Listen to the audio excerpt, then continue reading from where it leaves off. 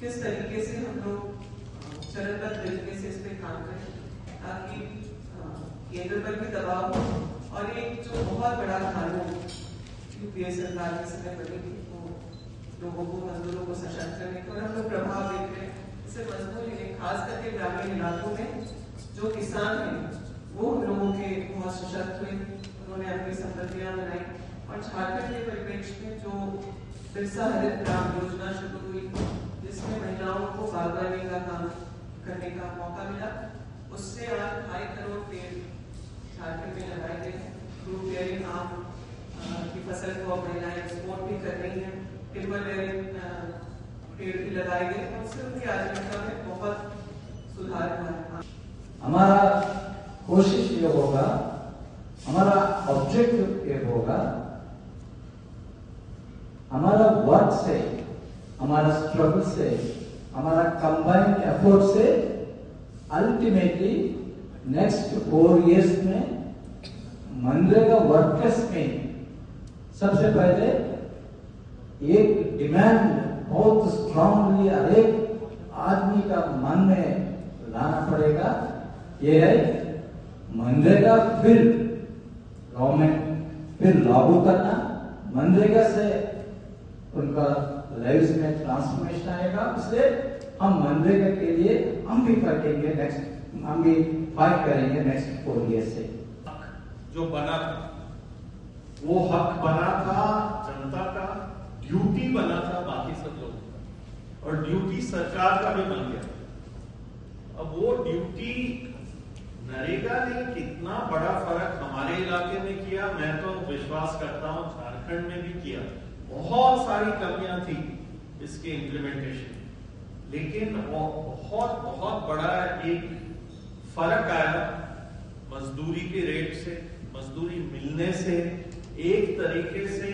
शोषण, अत्याचार में गुलामी की परिस्थिति से बदल के उससे कम नहीं हमारे इलाके में। और चाहे आप कहो कि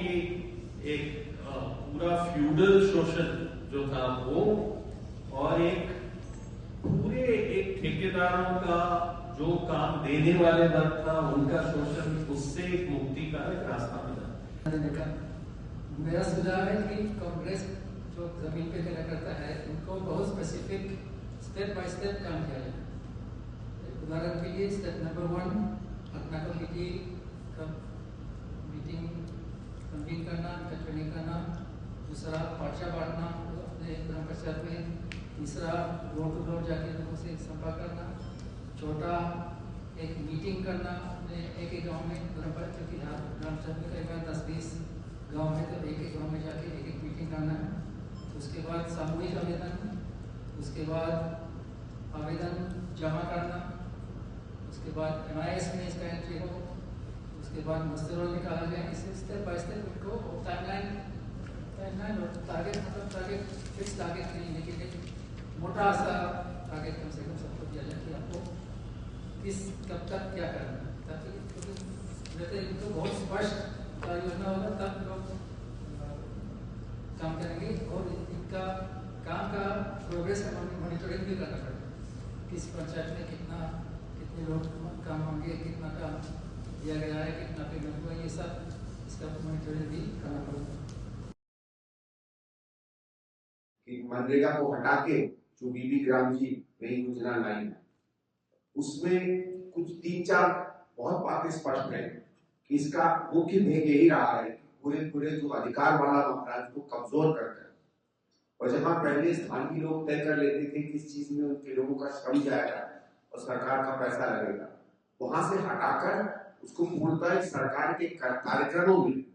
लोगों की भागीदारी या भागीदारी के लिए मजदूरी बढ़ाकर उसको किया गया। और एक मैंने बड़ा अजीब संभ्रम देखा है कि बार बार हमारे प्रधानमंत्री जी और मंत्री राष्ट्रीय स्तर से कह रहे हैं कि इससे आप उन परियोजनाओं योजनाओं पर काम चलेगा जो देश या समाज के निर्माण में अपना योगदान देती है। ऐसा तो था नहीं कि नरेगा के कार्यक्रम कोई देश या समाज के निर्माण में काम नहीं करते थे। सबसे इस रोल आउट के पहले एक ट्रेनिंग अगर हम डिसेंट्रलाइज तरीके से सोच सके तो रक्षिता, ये हम पढ़ नहीं पा रहे हैं शायद, पता नहीं,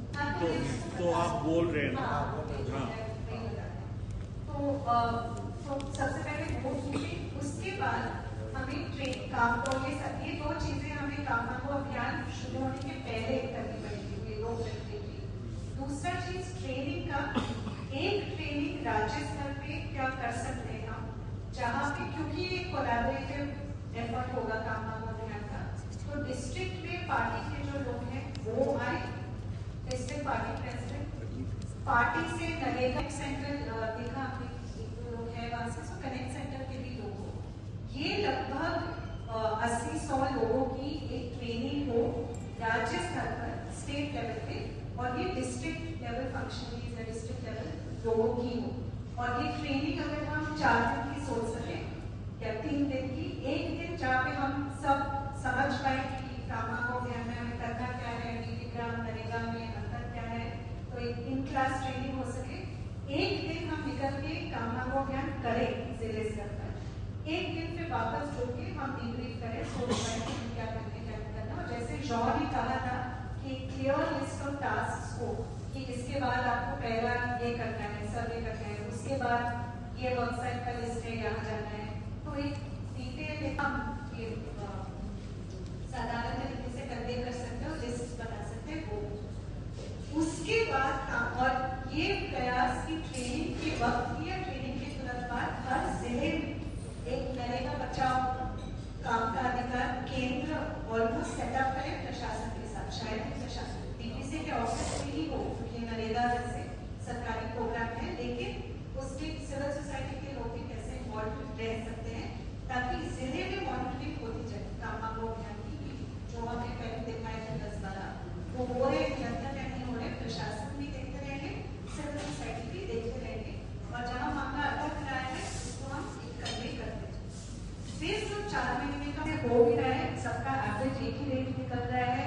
ग्रुप में काम किया जा रहा है, तो अलग अलग ऐसे 12 चीजें हैं जिसको कॉन्स्टेंट मॉनिटर किया जा रहा था, और उससे